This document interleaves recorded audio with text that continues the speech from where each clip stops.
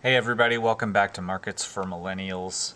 I wanted to make this video. I was going to do a video earlier this week and ended up waiting because it looked like some things were unfolding on Bitcoin and GBTC as well as in the other markets. And I just thought that other than my weekly video, I would wait until some things unfolded. And it seems pertinent right now to talk through what has been going on specifically on Bitcoin and especially on GBTC, as I've done a lot of videos on GBTC and full disclosure, I am invested in it. I do believe in it and I do have conviction in it. As long as Bitcoin itself and the cycle is intact, I will stay invested in that, not financial advice. But I was prompted by some questions that I've been getting about the negative premium. Previously, I talked about the premium looking like it was rounding, having a rounding bottom, and it obviously has gone lower since then. And also people talking about how bad things have gotten, and how even during the bear market in 2017, GBTC was still trading at premium. There is just a lot of things going on, a lot of people freaking out because of the pullbacks. And so what I wanted to do is kind of start from the beginning. And so I've got my chart of GBTC ready. Before I do that, some context. We all know that Bitcoin underlying has been under pressure. Look, we've been down pretty hard over the last 24 to 48 hours. But I want to just, first of all, I'm going to come back to Bitcoin, the underlying, in just a second. But I do want you to see, if you bring it into perspective from where we started here at the halving on the left to where we are. And if you know anything about the cycle, then, maybe you don't even need to watch anymore because you know that there's nothing to worry about. But if we move in closer, just for perspective, once again, we've held a support line here. We've held, we've come down quite a bit over the last 48 hours, but here we are kind of at almost unchanged over the last 24 hours with Bitcoin, even after having been down a considerable amount, touching as low as about 45,700. So we're going to come back to this in a second. But what is all this? What is all this about? As I said, Bitcoin has been under pressure, but everything went overboard when Elon Musk posted this about Tesla and Bitcoin, talking about not accepting Bitcoin for purchasing Tesla, a Tesla vehicle. And being concerned about fossil fuels with mining and transactions and things like that. I want to point out, if you see here at the bottom, Tesla is not selling their Bitcoin. So that's kind of important to know, and a lot of people are speculating about what Elon is doing. It's just speculation, that's all. And so all you should do, Anthony Pompliano on Twitter talked about this, and on CNBC talked about this. Pay less attention to what people are saying and more attention to what people are doing with their money. And Tesla is not selling their Bitcoin. And Elon Musk is not selling his personal holdings of Bitcoin. SpaceX is not selling theirs. So that's important to know. But obviously the market overreacted. And we've seen, yesterday we had over a $7,000 drop. Now, I want you to, first of all, start with the understanding that now that we are in the part of Bitcoin's maturation, now that we are, if you think about it, if we just pull back here, the last peak, the last all-time high, the peak of the 2017 cycle was under $20,000. And so here in the current cycle, you have to understand that the optics of this, they make it really hard. I mean, when we talk about pullbacks in previous cycles, we're talking about tens or maybe hundreds of dollars. But here, when we talk about a significant pullback, like we've gone now to, this pullback was about 30%. Oops. And this pullback ends up being, it's barely under 30% technically, but we're talking about minus $19,000 since the top, right? What's crazy about that, if you really, to put that into perspective, is that amount of dollars lost in this pullback is almost the same height of the peak, from zero to the peak in the 2017 cycle. So you have to understand that the optics of this cycle are going to feel different because we're talking about such like far greater amounts of money than we ever have before in this cycle. I mean, we're talking about Bitcoin topping like the top of this cycle potentially being in the $200,000, $300,000, $400,000 range. You know, we have lower estimates into the 150 to 200,000 and estimates as high as 400 to 500,000. Those are just crazy valuations, all things considered, considering the last peak was at under 20,000. Okay, so it's really helpful to think about that and to remember that. So you have to kind of take your bearings there. All right, so I have this picture of the halving tracker. It has not been updated. We are just about 367, 368 days about after the halving. You can see here if you follow my mouse, we are in we've been in a long consolidation. A lot of people have been impatient about this consolidation. People have not been able to hang with this. They're feeling the pain. They're frustrated, but in terms of the cycles, we're still averaging, the previous cycles, an average between the two in terms of our price action. And we're right about the time where we've had these shakeouts. Now, a lot of people have called the shakeouts at different points. If I come back to my Bitcoin chart, a lot of people have called shakeouts here and here and here. And now look, it seems like we have a fourth shakeout here. But my goal here in this video, as I proceed after this long introduction, is to try to give you some context here. So what's helpful to remember is by looking at the halving tracker, I mean, look at if we average between the two, we're looking at somewhere between 300,000 and 400,000. Obviously the halving tracker's average is doing a little bit differently, but I'm basically drawing a line from top to top and kind of drawing in the middle somewhere. So if we perform to that level, how can you complain about those gains? The problem is that people don't have the right time horizon. They don't have conviction in the trade. There are a lot of people FOMOing in when price is shooting upward. There are a lot of people being shaken out because of fear when price is coming down. And so, like I said, my goal here is I want to help you guys understand. So I'm going to pull back and I'm going to go back to the previous cycles. And I've got some boxes, text boxes and lines here. I'll show you what's going on. Let's look at cycle 1, 2013 cycle. In order to understand what's going on with GBTC, which is what I really want to get to, you have to understand what's going on with the underlying, because GBTC is designed to track Bitcoin. It's not an ETF, but it is designed to track Bitcoin. So what happened in the previous cycle? Right, well, we had this double wave or a double top, double peak, okay? Just a different kind of situation, different kind of cycle. But I want you to see what happened on Bitcoin's price action here. Because a lot of people, including myself, have only really been referencing the 2017 bull peak as a reference point. Now I just want to go back and show you here. I mean, talk about being shaken out. Our shakeout from the recent all-time high in Bitcoin is barely 30%.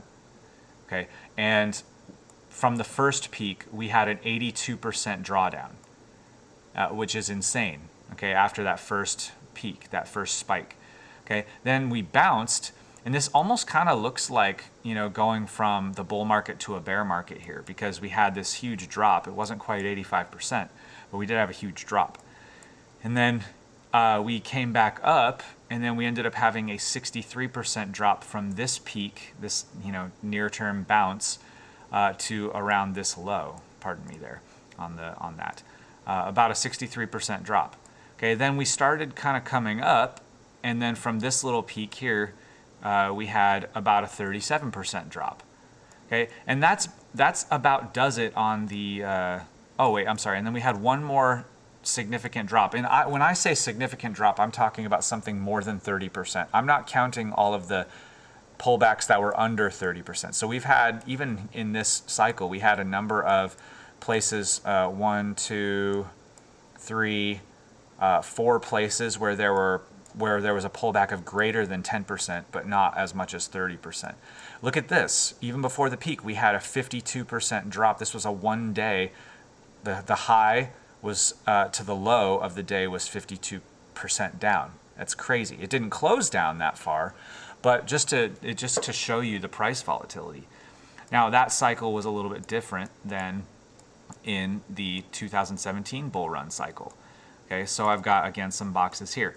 Now this is helpful perspective because what I want you to see here is, and I think I might be actually missing a pullback here, almost 30% there, and maybe let's see what we have here. Not quite. Sorry, I'm doing this kind of in real time. Not quite there either. Almost 30%. So if we included that, look at what I want you to see clearly about this cycle. I said that I was pointing out pullbacks that were at least 30%. There were at least 5, and if you count this, it's like 29.5%. If you want to count that as a 30% pullback, then there were 6 of them in the previous cycle, in the 2017 bull run, 2016 to 2017. Okay, now I have some business here about moving averages. If I just show you, these are places where it crossed the 50-day, right? And then I've said this before in previous videos, there's a 120-day moving average, which has been a really good indicator of what's going on in Bitcoin. If I go back to the first cycle, just to show you, we had a prolonged period where we were underneath that 120-day moving average. But if you go off of the 2016-2017 bull run, in terms of daily closes, we only had one period of time where there was more than one daily close below that average. And actually, that was the only time that there was ever a close before or below the 120-day moving average. So that's usually a pretty good indicator, of where things are at. So it's really helpful to see that. 5 or maybe even 6 times that we had at least a 30% pullback throughout the cycle. Okay. Now with that in perspective, and one more thing, I want you to realize, we'll talk about that in a second. I'll go back to the 30% pullback thing for a second. Look, if you include this, which is I have the wrong thing marked. It's 29.5%, but if we round that up to 30%, then at best, we've had 2 30% pullbacks in this cycle. I actually need to check and see if, nope, this wasn't even 30% early in the bull cycle. Since the halving. So there's only 2. By this time, we are, like I said, about 367 days after the halving. We would have had 4 of these pullbacks already, and we've only had 2. There are a couple of potential possibilities for why that might be. And I'm not out to say that there's a lengthening cycle or anything like that, but could it be an indication of that? Maybe. I don't think so. I think this cycle is actually going to be shorter than the last cycle. That's why I, along with many others, especially in CTM, have this mid-September date marked as being the possible peak. We'll just have to keep in mind, though, it's just a model, and nothing is certain. Okay, so again, only 2 30% pullbacks. And although people might feel like, oh man, we've been sideways. We're at the same price now as we got to back in February. Okay, it's been 3 months since we were since we've been at these prices, and since we first hit these prices, I should say. All right, so this has been a long consolidation, but in terms of percentage, it hasn't even been that bad. 29.5%, 30%. It's not even as bad as the last cycle. We had 38, 39, 40% pullbacks in the last cycle. All right, so you have to recognize that and understand where you are in the current cycle. Okay, we have a ways to go even before September. If you go just from today to when my estimated peak is, we're 131 days away from that. Still a lot of room to go.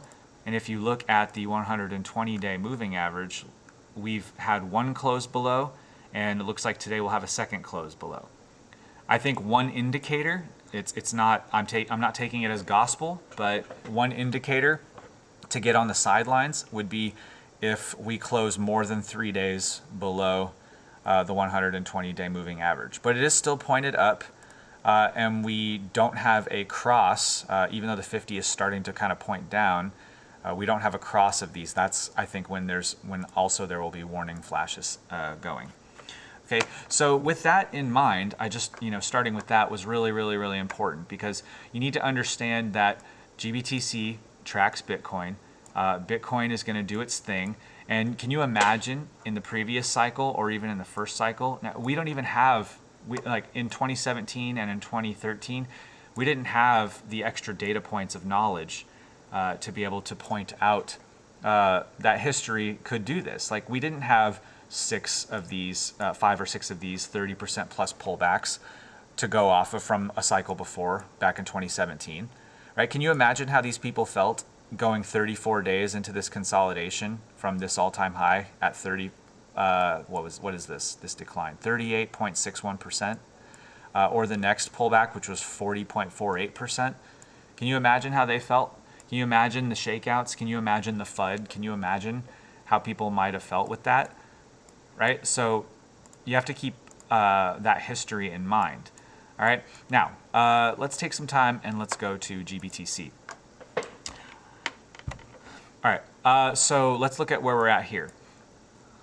Okay. We had a 32% pullback early on. We had a 40% pullback from this all-time high in January. And then from the next all-time high, since then, and I basically am marking this from when we make new all-time highs, just so you guys know. From this all-time high, which was February the 19th, we have come down 40%. Okay, so not even as much as the previous pullback.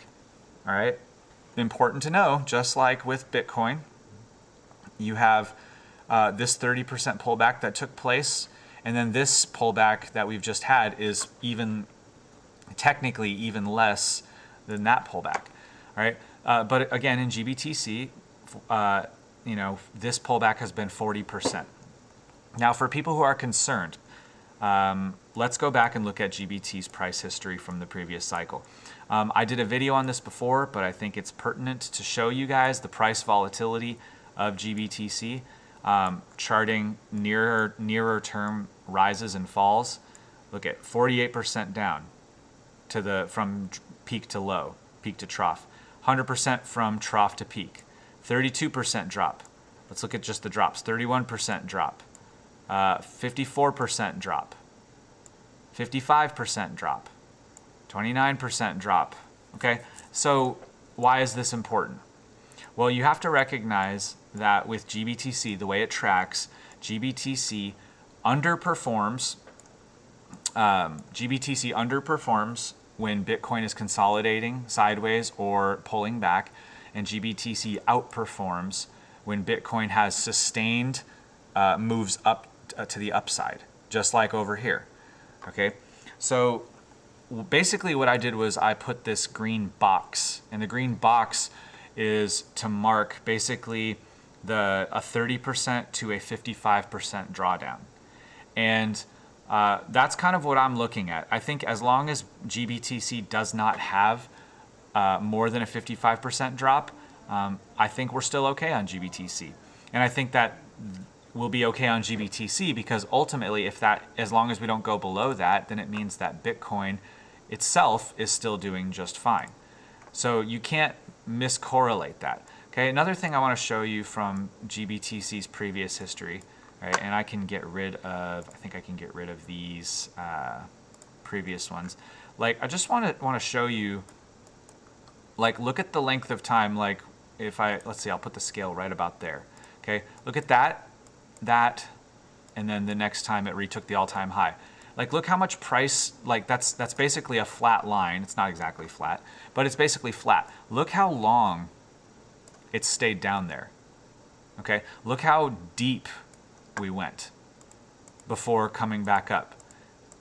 It's so important to have that mindset. Look over here, right? Look how far, right there. Look how far we went down. Okay, how about this pullback? All right, we have a boom, didn't quite make it there. Right, again, prolonged periods of time. And that just goes to something I've said on my videos before. GBTC basically has 3 or 4 phases. of where it makes a peak, consolidates sideways and down for a long extended period of time, has a rip your face off move, consolidates sideways, has another rip your face off move, and look at this one came back down even below, right here, came down below this peak. Kind of interesting, right? And then it has a long consolidation sideways, and then another rip your face off move. There are only like 3 or 4 of those moves in a cycle. So the way I see it is, look at how many of those rip your face off moves have we had? 1. So eventually we're going to get another one. As long as Bitcoin does Bitcoin things, the underlying, I should say, that's still going to be the case for GBTC. Right? So this zone is really, really important. Now I expect that over the next few days, Bitcoin itself is going to recover and GBTC is going to come back up. But then the next thing, right? So basically the point of this is to be prepared for the possibility that we could lose 50% of GBTC's value. And not even just now, right?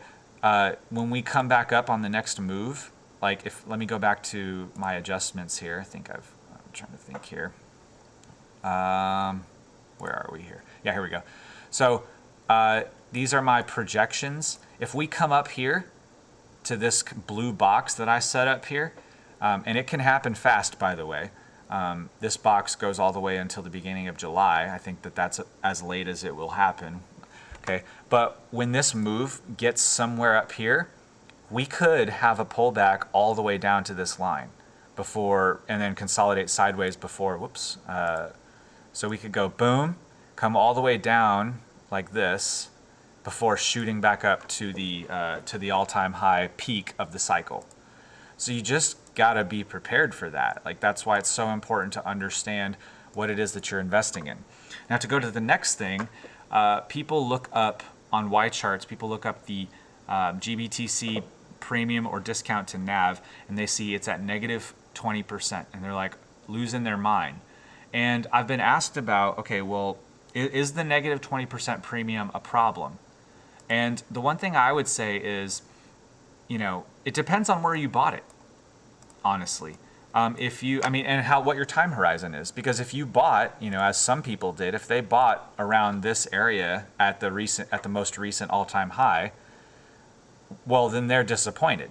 But if you were smart and bought, maybe somewhere, let's see, where are we? If you bought somewhere down here, look at the gain. Look at your gain that you've had since then. Okay, even though it's been coming down. Okay, and when you consider too that that's been your gain thus far, and you're looking at potentially, something up in this range, and that's just a conservative estimate.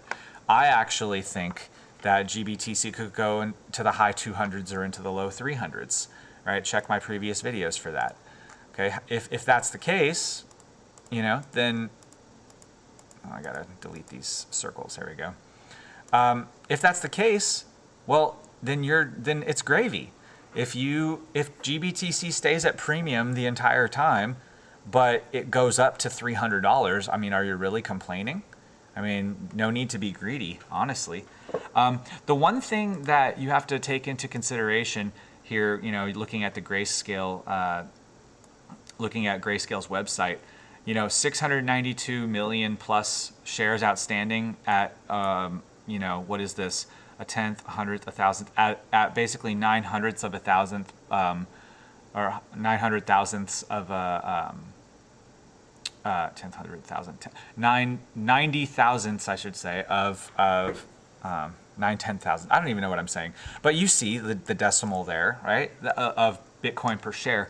And one thing that I have wanted to point out to people, and I finally am getting the chance to point out here, is that look at what we have here. So Bitcoin had its high, all-time high, GBTC and Bitcoin on December 19th of 2017 in the last cycle. Well, GBTC on January 29th of 2018 had a 91 to 1 stock split. Okay, you heard that correctly. 91 to 1 stock split. Okay, and I've long suspected that when people are accounting for premium, nobody is considering the fact that GBTC shares multiplied by 91 at that point. I think personally that matters. Okay, so to take for example, I looked up this article from CNBC. This was from back in 2017 in June, and they're talking about how it's really bad that GBTC was at premium, and it talked about it closing at a price of $528. Again, that's pre-stock split at that date. So was that, I think it was June 7th. At June 7th, the closing was at $5.80 if you adjust that for the stock split. Okay, so at that time, the amount of Bitcoin per share was basically 2/100ths of a Bitcoin. It's a very significant difference. Okay, so again, to kind of show you back here, so what is that? It's 0.02. That's a really bad 2. Okay, 0.200ths, 0.02, 2/100ths of a Bitcoin was 1 share of GBTC. Okay, so they've increased the amount of shares, right? They have increased the amount of Bitcoin that they hold as well, but they have increased 91x the amount of shares, which means that their underlying asset value, their net asset value, has changed. And I suspect that that's different, right? Whenever stocks split, I don't care if it's a ETF, I don't care if it's like, Apple, I don't care what it is. You change the dynamics of the security when you do a split like that. Okay, so and then on top of that, you have to recognize too that GBTC is more accessible than Bitcoin is. Even though you can buy a fraction of a Bitcoin, I mean, the average person is probably more likely to buy shares of GBTC than not. And then you become subject to the market swings and fear and greed and things like that, which is why there's a premium when Bitcoin is on a rip your face off move, and why it's underperforming when Bitcoin is consolidating, because people freak out and the weekends sell out. I can't see how things like stock splits and the fact that it is a stock, I can't see how those things don't have at least some kind of an impact on the way it trades. But again, if you want to look at the big picture, it's going to follow suit with Bitcoin. Look at the previous cycle. I'll do a comparison here if I can find the right thing here. All right. Let's see if we log scale. Oh no, we can't log scale that. I messed up my chart here for just a moment.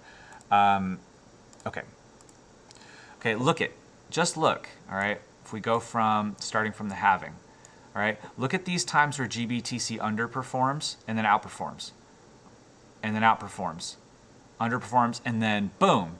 And so in the end, everything was fine. And I wish that I had my Discord chat up, because in Discord, I was talking to a group of people and I showed them that there were basically exactly 3 or 4 places during Bitcoin's 2017 run where GBTC ran higher in terms of percentage since the halving from Bitcoin. 3 or 4 times. That's it. Okay, so it shouldn't be a surprise. In the end, you have to have confidence that Bitcoin is ultimately going to match. Okay. Or it's going to at least be close to matching the increase in Bitcoin in terms of percentage.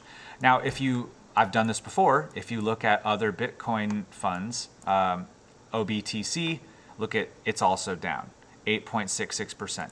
EBIT, also down, 10.48%. BTCC.U, also down, 11%. Okay, even the Bitwise one, which tracks more than just Bitcoin. It's mostly Bitcoin, but it tracks more than just Bitcoin. Look, it's even down, and it just came below a really important support line that I had marked in here. Okay, so it's not even just GBTC, but you have to recognize that that GBTC has longevity. GBTC has proven history. GBTC is more widely known than a lot of these other stocks. I mean, like, it took a long time for me to even find EBIT BTCC and OBTC on TradingView, let alone on my brokers, in my broker on TD Ameritrade to be able to buy. And I still can't buy all of those on TD Ameritrade, okay? So GBTC is far more accessible. And that's something also to keep in mind, okay? So in conclusion, now that we've been 30 minutes into this video, in conclusion, what does this mean? Okay, first of all, the cycle is not broken yet, okay? And you need to be prepared for your downside. So only, and maybe, not financial advice, but I would say that you should never, ever invest anything that you're not willing to lose, because there are no guarantees, right? And when I say invest what you're willing to lose, I told you, full disclosure, I am invested in GBTC. And I can invest in GBTC the amount that I have because I have conviction that the cycle will play out as it has in the past, and that GBTC will trade close, somewhere in the high 200s or in the low 300s by the time the cycle peaks. I have the utmost conviction in that, and I have invested accordingly. And so if you have no conviction, if you are just going to FOMO, if you're just going to be emotional, then I would say not just GBTC, but crypto in general is probably not for you, and perhaps stock trading is not for you. And speaking of trading, look at this price action day by day. A lot of people have asked me, oh, should I try to sell when it's high and buy again when it's low? Well, obviously, the adage buy low, sell high, right? The only problem is with GBTC's price action and how it follows Bitcoin and these long periods of sideways consolidation, it is way too volatile. Okay, and so you cannot count on, if you miss the first one. So like, look at this, for example. When we got up close to this line right here, I thought about selling, but I didn't sell right away, and then it dipped down. So I missed it. So I decided I was not going to sell, right? But if I did, I could have bought down, where we are today. This would have been a great buying opportunity today. And the difference is, when I first thought about selling, we broke above this, so we were at $53 or $54. That's, $17 per share difference compared to now. So if you have conviction, and if you have done your research, and if you've planned properly, and you can sell at the first signals when you get the right signals, by all means do it. But my suggestion is, if your time is off and if you haven't researched, then you might as well just hold. Just hold until the end of the cycle, because price is too volatile. You're never going to know.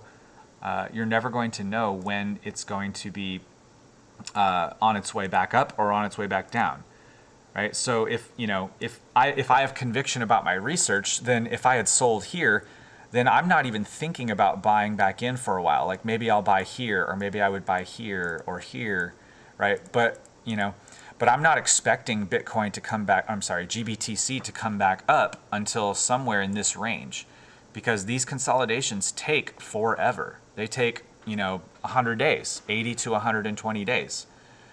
And so it's hard if you're in between that time frame.